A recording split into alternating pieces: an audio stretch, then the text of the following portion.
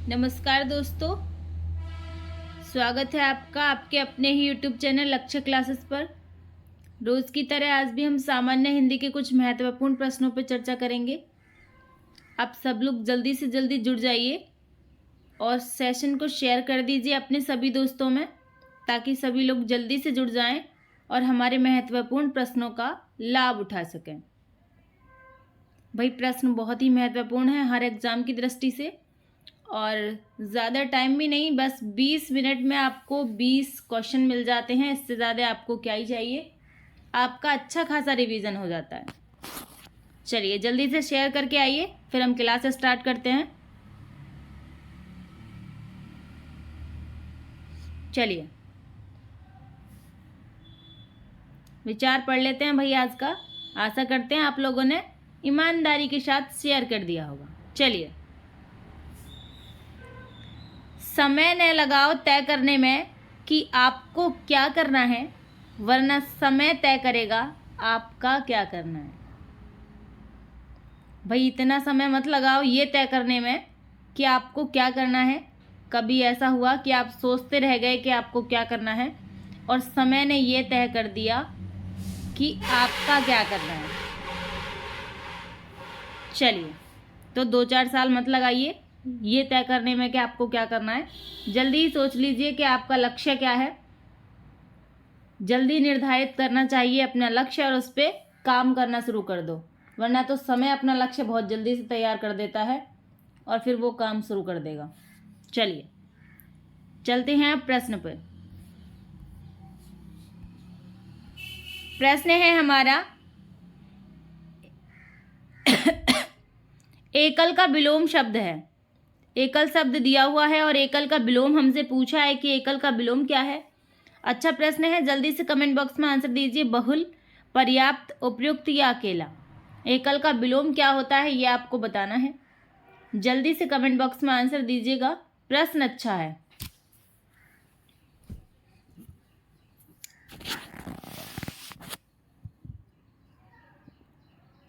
चलिए, क्या होता है भाई एकल का विलोम? बहुल होता है, पर्याप्त होता है, उपयुक्त होता है या अकेला होता है? अकेला तो नहीं होता, अकेला तो एकल का मतलब ही होता है। लेकिन एकल हमारा जो है इसका हमसे समानार्थी नहीं पूछा, विलोम पूछा है। उपयुक्त नहीं होगा क्योंकि पर्याप्त नहीं होगा, एकल का मतलब ए होगा, बहुल। ठीक है, एकल का जो विलोम है वो क्या होगा? बहुल होगा। चलिए चलते हैं अगले प्रश्न पर। बहुत लोग इस प्रश्न में एक अकेला भी लगाते हैं। भाई समानार्थी थोड़ी ना पूछ रहा है, विलोम पूछ रहा है, ये भी आपने ध्यान देना है। चलिए प्रश्न है हमारा, दर्प का पर्यायवाची कौन सा है? दर्प शब्द दिया हुआ है और इसका हमें बताना है पर्यायवाची। क्या पर्यायवाची? तिरस्कार है, अहंकार है, व्यथा है या स्वाभिमान है? जल्दी से कमेंट बॉक्स में आंसर दीजिएगा। दर्प का पर्यायवाची क्या है? यहाँ विलोम नहीं पूछा है, पर्यायवाची पूछा है। ठीक है, ये बात आपको ध्यान देना है कि विलोम पूछा है या पर्यायवाची। एक प्रश्न यदि विलोम का आ जाए तो अगले प्रश्न को बिना देखे ही, बहुत से लोग ऐसे होते हैं बिना देखे ही उसका आंसर लगा देते हैं, और जो पूछा होता है वो नहीं लगाते। पूछा है जैसे अगले में विलोम तो बता दिया पर्यायवाची। ऐसा नहीं होता है भाई, देख लेना चाहिए। चलिए, पर्यायवाची पूछा है हमसे, तिरस्कार नहीं होगा, स्वाभिमान नहीं होगा, व्यथा नहीं होगा। बी ऑप्शन बिल्कुल सही है। दर्प जो है वो अभिमान और अहंकार दोनों का पर्यायवाची है। ठीक है, आप कह रहे होंगे स्वाभिमान क्यों नहीं है? स्वाभिमान अहंकार का नहीं होता है, स्वाभिमान तो पॉजिटिव है और अभिमान, अहंकार ये नेगेटिव है। ठीक है, स्वाभिमान पॉजिटिव होता है। चलिए, अभिमान होना गलत बात है लेकिन स्वाभिमान होना तो अच्छी बात है। चलते हैं अगले प्रश्न पर। मन को हरने वाला वाक्य के लिए एक शब्द। भाई हरे नहीं है, यहाँ पे हरने वाला है। ठीक है, मन को हरने वाला वाक्य के लिए एक शब्द बताना है आपको। कौन होता है मन को हरने वाला, उसे क्या कहते हैं? जल्दी से कमेंट बॉक्स में आंसर दीजिए।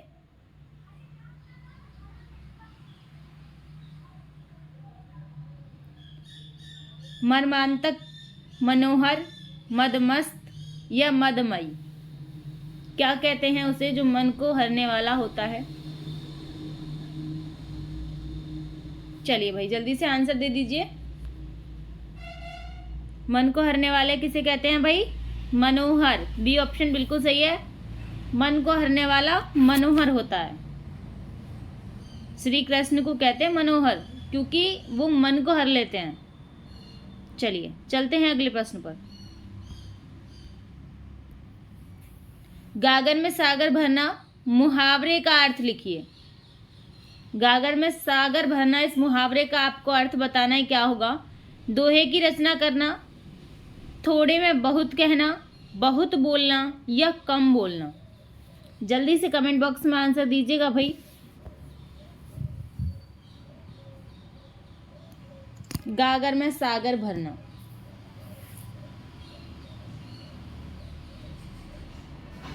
चलिए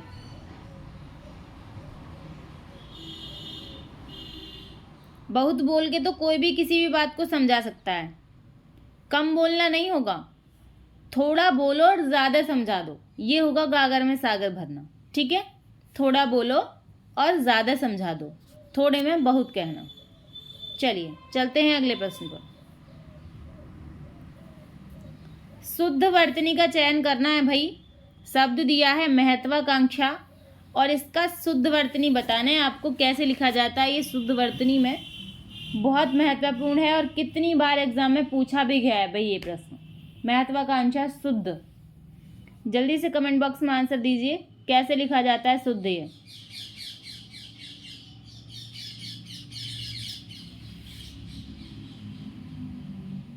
चलिए आंसर ले लेते हैं। अब क्या होगा? महत्वाकांक्षा, महत्वाकांक्षा, महत्वाकांक्षा या महत्वाकांक्षा, क्या होगा सही? जल्दी से बताइए। सी ऑप्शन बिल्कुल सही होगा, महत्वाकांक्षा। ठीक है, महत्वाकांक्षा नहीं होगा, महत्वाकांक्षा होगा। ठीक है, सी ऑप्शन ठीक है। चलते हैं अगले प्रश्न पर। प्रश्न है उस शब्द का चयन करें जो भिन्न है। भिन्न कौन सा है ये आपको बताना है। दही है, मक्खन है, तेल है या पनीर है।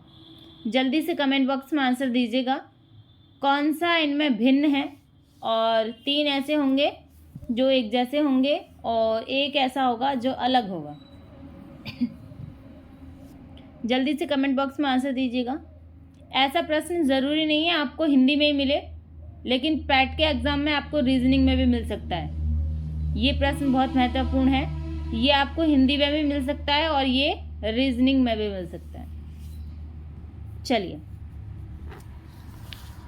आंसर ले लेते हैं क्या होगा। दही होगा, क्या मक्खन होगा, क्या तेल होगा, क्या पनीर होगा। अब हमारा दही जो है ये किससे बनता है? दूध से बनता है भाई। दूध को हम जमाते हैं तभी तो दही बनता है। मक्खन किससे बनता है? ये भी दूध से बनता है भाई, क्योंकि जब दही दूध से बनता है तो मक्खन भी दूध से बनता है। पनीर किससे बनता है? पनीर भी दूध से बनता है। तो ये तीनों चीज़ हमारी ऐसी हैं जो दूध से बनती हैं, लेकिन जो तेल है ये दूध से नहीं बनता। तो ये क्या हो गया हमारा? भिन्न है। ठीक है, चलते हैं अगले प्रश्न पर। प्रश्न है नितांत शब्द का पर्याय है। इसमें बताना है आपको नितांत शब्द का क्या मतलब है। भली भांति, बिल्कुल, विधिवत या निम्न। जल्दी से कमेंट बॉक्स में आंसर दीजिएगा। नितांत शब्द का पर्याय, ये प्रश्न आपको पैरा के क्वेश्चंस में मिल सकता है और वैसे भी आपको पता तो होना ही चाहिए इसका अर्थ क्या है। नितांत शब्द का अर्थ, क्योंकि इसको हम प्रयोग में भी बहुत ज़्यादा लाते हैं। भली भांति होता है क्या? कोई चीज़ जब आपको ज़्यादा आवश्यक हो, जब इसको हम लगाते हैं। भली भांति तो तब लगाते हैं जब हम जानते होते हैं कि मैं इसको भली भांति जानता हूँ, ये काम मेरे लिए नितांत आवश्यक है। नितांत का मतलब होता है बिल्कुल आवश्यक है, बिल्कुल। ठीक है, चलिए चलते हैं अगले प्रश्न पर। प्रश्न है चरकक्षयिता संबंधित है। किससे संबंधित है भाई चरकक्षयिता? राजनीति से, चिकित्सा से, वास्तुकला से या गणित से? जल्दी से कमेंट बॉक्स में आंसर दीजिएगा। प्रश्न बहुत ही अच्छा है और ये प्रश्न आपको जीके जीएस में भी मिल सकता है और ये प्रश्न आपको हिंदी में भी मिल सकता है।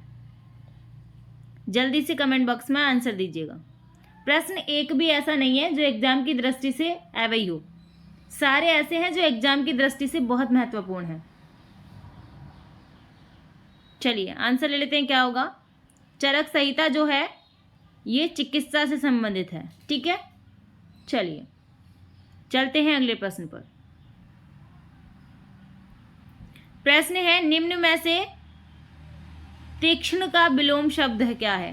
भाई ये तीरण नहीं है, टाइपिंग मिस्टेक हो गई है, ये तीक्ष्ण है, ठीक है। और हमसे इस तीक्ष्ण का विलोम पूछा है क्या है, ठीक है। तीक्ष्ण का विलोम बताना है आपको क्या है।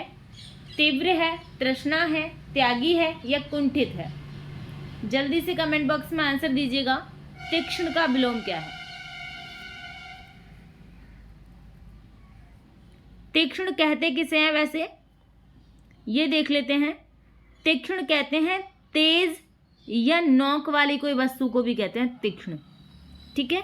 चाकू को या तलवार को भी कहते हैं तीक्ष्ण धार, ठीक है, जो नोक वाली वस्तु होती है। इसका विलोम क्या होगा? तीव्र नहीं होगा, तृष्णा नहीं होगा, त्यागी नहीं होगा, कुंठित होगा, ठीक है। कुंठित कहते हैं जड़ को, जिसमें धार नहीं होती उसे, या फिर मूर्ख को भी कहते हैं कुंठित, ठीक है। तो तीक्ष्ण तेज, बुद्धि से भी तेज हो सकता है, और कुंठित मूर्ख मतलब बुद्धि से भी कम हो सकता है, और ये तेज धार वाला और ये बिना धार वाला, कई अर्थ निकलते हैं इसके। चलते हैं अगले प्रश्न पर। प्रश्न है, गजवदन का पर्यायवाची है। शब्द दिया हुआ है हमें गजवदन, और इसका हमसे पूछा है पर्यायवाची। गर्जन होता है, मेघनाद होता है, गणपति होता है या विष्णु होता है? जल्दी से कमेंट बॉक्स में आंसर दीजिएगा। अच्छा प्रश्न है और एग्जाम में की दृष्टि से तो बहुत महत्वपूर्ण है और पूछा भी गया है कई बार एग्जाम में। चलिए, मैं ज़्यादातर प्रश्न वही लेती हूँ जो एग्जाम में पहले पूछे गए हैं, क्योंकि हिंदी में ज़्यादातर प्रश्न रिपीट होते हैं, नए कम बनते हैं, ठीक है। रिपीट बहुत ज़्यादा प्रश्न होते हैं। तो गजवदन किसका पर्यायवाची है भाई?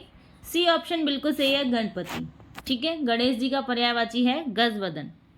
चलते हैं अगले प्रश्न पर। कांटों से भरा हुआ वाक्य के लिए एक शब्द। वाक्य है हमारा कांटों से भरा हुआ, और इसके लिए एक शब्द बताना है हमें, क्या होगा? कंटक होगा, विकीर्ण होगा, कुचैला होगा या कंट का कीड़ होगा?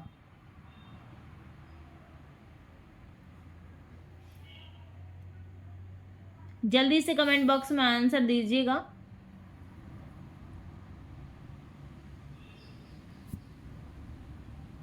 कंकट होगा, विकीर्ण होगा, कुचैला होगा या कंकटा कीड़ होगा?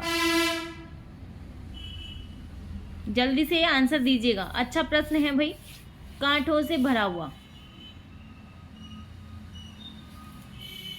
चलिए आंसर ले लेते हैं, क्या होगा? कंकट नहीं होगा। कंकट किसे कहते हैं? कंकट तो कांटे को कहते हैं, ठीक है। कंकट कांटे को कहते हैं भाई। विकीर्ण का मतलब होता है फैला हुआ, कुचैला का मतलब होता है, कुचैला मतलब गंदा या मसलना। तो डी ऑप्शन हमारा क्या है? कंकटा कीड़। कंकट का मतलब यहाँ हो गया कांटों, और अकीर्ण का मतलब है भरा हुआ, तो हो गया ये कांटों से भरा हुआ, ठीक है। चलिए चलते हैं अगले प्रश्न पर। शुद्ध वर्तनी का चयन करना है भाई। बहिष्कार शब्द लिखा हुआ है और इसका हमें बताना है शुद्ध वर्तनी क्या होगी इसकी। जल्दी से कमेंट बॉक्स में आंसर दीजिएगा। बहिष्कार, इसकी शुद्ध वर्तनी बतानी है आपको।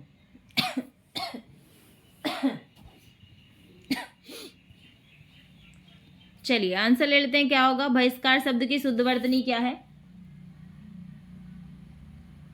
सी ऑप्शन हमारा बिल्कुल सही है भाई, बहिष्कार, ठीक है। जैसे सी ऑप्शन में लिखा हुआ है वैसे लिखा जाएगा बहिष्कार शब्द। देख लेना एक बार, शुद्ध वर्तनी है इसकी सी ऑप्शन वाली। आप वर्तनी वाले प्रश्नों को एक बार लिख के देख लिया करो, क्योंकि यहाँ तो आप टिक करते हैं, आपको वहाँ याद नहीं रहेगा एग्जाम में। आप एक बार ज़रूर पेन से लिख के देख लिया करो, क्योंकि लिखा हुआ हमें हमेशा याद रहता है। चलिए चलते हैं अगले प्रश्न पर। शेयर कर दीजिए भाई सेशन को, एक बार सभी शेयर कर दीजिए। उस शब्द का चयन करें जो भिन्न है। उस शब्द का चयन करना है जो भिन्न है। नन, सूरवीर, मुनि या पादरी। कौन सा शब्द इनमें ऐसा है जो भिन्न है? जल्दी से कमेंट बॉक्स में आंसर दीजिएगा, बहुत महत्वपूर्ण प्रश्न है।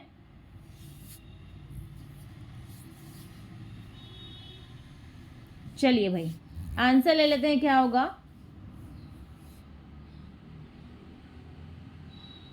क्या होगा आंसर? पादरी नहीं होगा आंसर, मुनि भी नहीं होगा और नन भी नहीं होगा। नन किसे कहते हैं आपको पता है?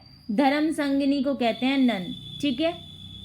तो ये सभी मुनि, पादरी या नन, ये सभी धर्म से संबंधित हैं, लेकिन सूरवीर जो है ये वीरता से संबंधित है, ठीक है। तो ये भिन्न है। चलते हैं अगले प्रश्न पर। ऋग्वेद कितनी पुस्तकों या मंडलों में विभाजित है? ये आपको बताना है। 5, 10, 16 या 13? जल्दी से कमेंट बॉक्स में आंसर दीजिएगा। ऋग्वेद कितनी पुस्तकों या मंडलों में विभाजित है? सबसे पुराना वेद है भाई, सबसे प्राचीन वेद है ऋग्वेद। कितने मंडल हैं इसमें, ये आपको बताना है। अच्छा प्रश्न है। चलिए, कई बार ऐसे होता है कि ऋग्वेद में कितनी पुस्तकें हैं ये दे देता है और मंडल नहीं लिखता, तो आप लोग कंफ्यूज हो जाते हैं। लेकिन यहाँ मंडल भी लिख दिया है इसलिए मैंने, ताकि आपको समझ में आ जाए। पुस्तकों को ही मंडल बोला गया है और इसमें 10 होते हैं। ऋग्वेद में 10 मंडल होते हैं, ठीक है। चलिए चलते हैं अगले प्रश्न पर। प्रश्न है हमारा, लुप्त का विलोम शब्द होगा। शब्द दिया है हमारा लुप्त और इसका विलोम पूछा है हमसे। जागृत होगा, सुप्त होगा, व्यक्त होगा या लिप्त होगा? जल्दी से कमेंट बॉक्स में आंसर दीजिएगा। लुप्त शब्द का विलोम क्या होगा? आसान प्रश्न बेशक है ये, लेकिन कंफ्यूज करता है, और आपको कंफ्यूज होना नहीं है, इसलिए तो आपका रिवीजन चल रहा है। आपका रिवीजन बहुत अच्छी तरह से चल रहा है। आप यदि रोज़ क्लास करेंगे तो पैट में आपका हिंदी से संबंधित तो एक भी प्रश्न गलत होने वाला है नहीं भाई, और सारे प्रश्न आने भी यहीं से हैं, कहीं बाहर से नहीं आने वाले। अब की बार जब आप एग्ज़ाम में बैठोगे तो आपको पता भी चल जाएगा कि कहाँ से आ रहा है पेपर। चलिए, लुप्त किसे कहते हैं? गायब को कहते हैं लुप्त, ठीक है। तो जागृत का मतलब तो जगा हुआ होता है ना, जगता हुआ। सी ऑप्शन सही है, व्यक्त। व्यक्त का मतलब होता है प्रकट करना, और लुप्त का मतलब होता है गायब, ठीक है। तो ये इसका विलोम होगा व्यक्त। चलते हैं अगले प्रश्न पर। प्रश्न है हमारा, सूर का पर्यायवाची है। सूर का पर्यायवाची क्या होता है भाई, ये आपको बताना है। देवता होता है, सूर्य होता है, राक्षस होता है या सुरंग होता है? जल्दी से कमेंट बॉक्स में आंसर दीजिएगा। सुर का पर्यायवाची है।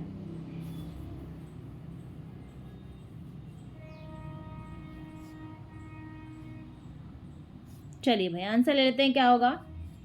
सुर दिया हुआ है हमें, तो सुर का पर्यायवाची क्या होगा? सुरंग तो नहीं होगा भाई, राक्षस भी नहीं होगा। असुर कहते हैं राक्षस को तो असुर कहते हैं, सुर थोड़ी ना कहते हैं। सूर्य नहीं होगा, देवता होगा। ए ऑप्शन सही है, लेकिन आपको ध्यान देना है, यदि सूर लिखा हो तो इसका मतलब सूर्य है, ठीक है। लेकिन यदि सुर लिखा हो तो इसका मतलब देवता है। ये भिन्नार्थक प्रश्नों में भी आ जाते हैं, या अनेक अर्थी शब्दों में भी आ जाते हैं, ठीक है। यदि सुर ये वाला लिखा है तो देवता है, और सूर लिखा है तो सूर्य है। चलते हैं अगले प्रश्न पर। प्रश्न है हमारा, औषधियों का औषधालय से वही संबंध है जो ऐतिहासिक वस्तुओं का किससे है, ये आपको बताना है। औषधियों का जो औषधालय से संबंध है वो ऐतिहासिक वस्तुओं का किससे है भाई? संस्कृति से है, संग्रहालय से है, उद्योग से है या वास्तुकला से है? जल्दी से कमेंट बॉक्स में आंसर दीजिएगा। प्रश्न बहुत ही अच्छा है, आपको ये 2 सब्जेक्ट में मिल सकता है, हिंदी में भी मिल सकता है और रीजनिंग में भी मिल सकता है भाई। तो आपको जल्दी से आंसर देना है। इसका आंसर क्या होगा?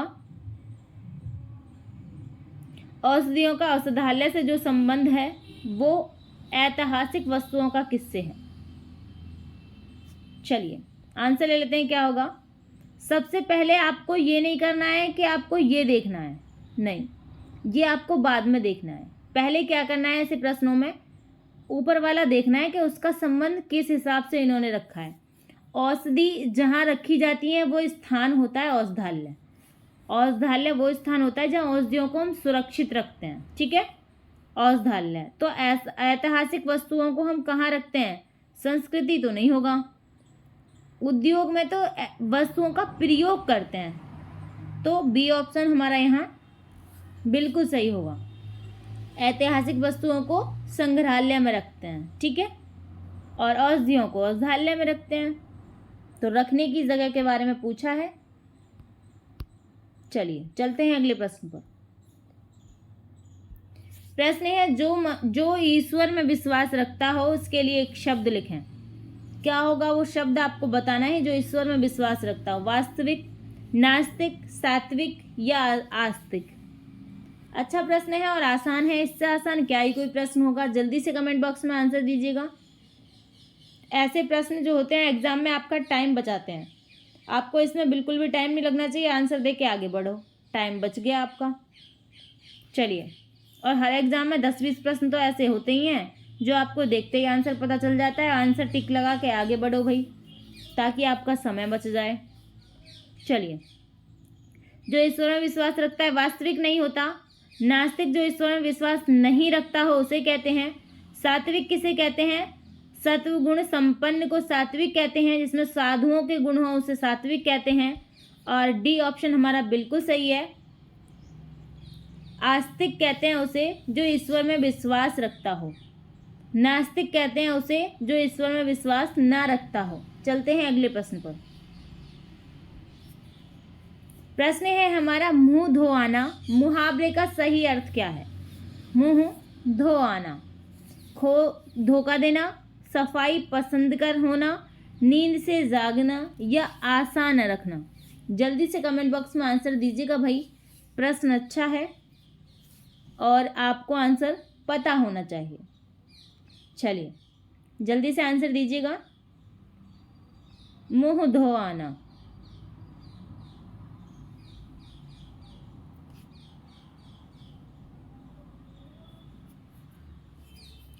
चलिए, धोखा देना नहीं होता, सफाई पसंद करना नहीं होता, नींद से जगना नहीं होगा।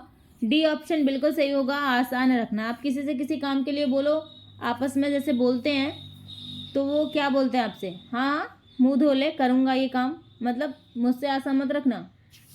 इनडायरेक्ट वे में वो ये कहना चाह रहे हैं कि मुझसे आशा मत रखना इस काम की। जैसे आप कभी अपनी बहन से किसी काम के लिए बोलेंगे तो वो यही कहेगी हाँ हाँ मुंह धो ले, करूँगी इस काम को, तो इसका मतलब है आशा मत करो भाई, करेगी नहीं। हालांकि बहन तो कर देती है भाई, ऐसे कह के भी। चलिए चलते हैं अगले प्रश्न पर। प्रश्न है, निम्नलिखित में शुद्ध वर्तनी वाला शब्द है। शुद्ध वर्तनी आपको छांटनी है, किसकी है? निरीह शब्द दिया हुआ है और इसका आपको बताना है शुद्ध वर्तनी क्या होगी। आज के सेशन का लास्ट प्रश्न है और बहुत ही अच्छा प्रश्न है, आपको आंसर देना है जल्दी से। कौन सा ऑप्शन सही है वर्तनी की दृष्टि से? मैं आपको बता दूं कि निरीह शब्द का अर्थ क्या होता है? इच्छा व तृष्णा से रहित, जिसमें कोई इच्छा और कोई तृष्णा नहीं होती, उसे कहते हैं हम निरीह। ठीक है, चलिए अब आंसर भी ले लेते हैं भाई। क्या होगा? डी ऑप्शन बिल्कुल सही होगा, निरीह। ठीक है, इस निरीह का अर्थ होता है इच्छा व तृष्णा से रहित। चलिए चलते हैं अब।